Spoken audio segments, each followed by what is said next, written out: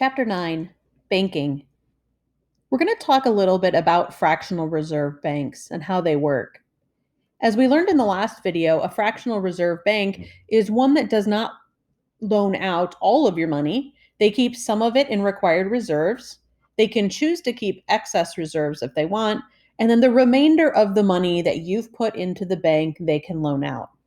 This is how most banks make money.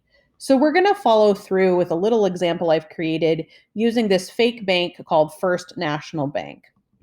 So if let's say that we're in a fractional reserve banking system, and in this particular case here at First National Bank, a customer has walked into this bank and deposited $100 into their bank account.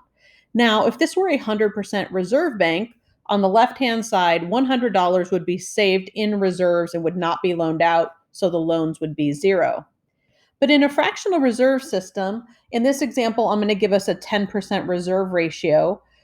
First National Bank could loan out all but that 10% in required reserves.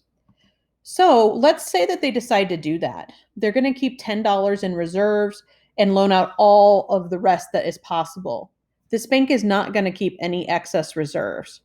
So they're going to keep $10 in cash and they're going to loan out $90 to another customer who walks in who wants a loan.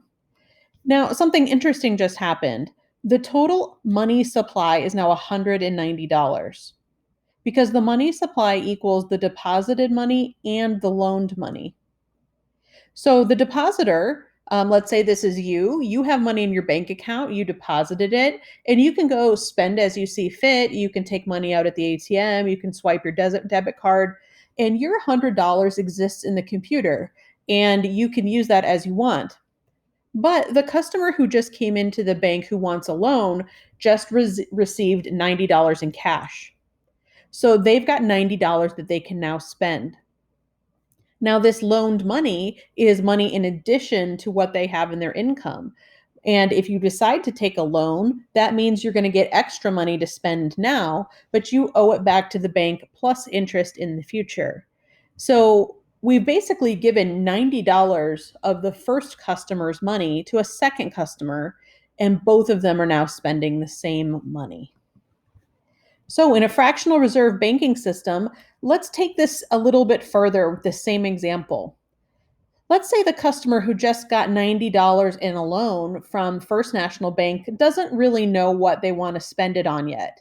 And they decide to, in the meantime, take it over to their bank, which is Second National Bank. And they're going to deposit into their bank account there. Well, Second National Bank is a system in the same banking system as First National Bank, and they are also subject to the reserve requirement. So Second National Bank is going to keep $9 in required reserves, and they can now loan out $81 of the $90 deposit.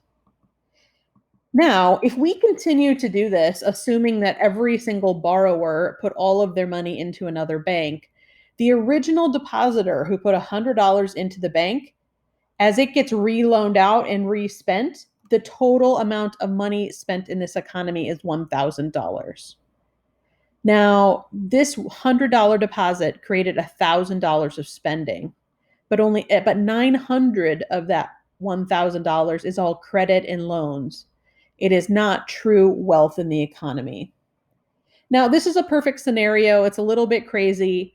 Number one, we assumed every bank in this chain gave out the maximum amount of loans possible. They didn't even keep any for excess reserves.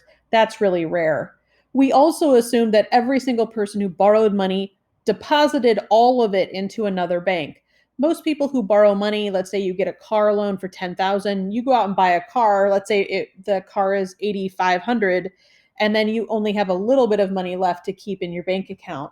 So this is kind of a perfect scenario. But if all those things happen, $100 turns into $1,000 worth of spending. This is why we have so much loan and credit in our economy, and this is why we have so much debt.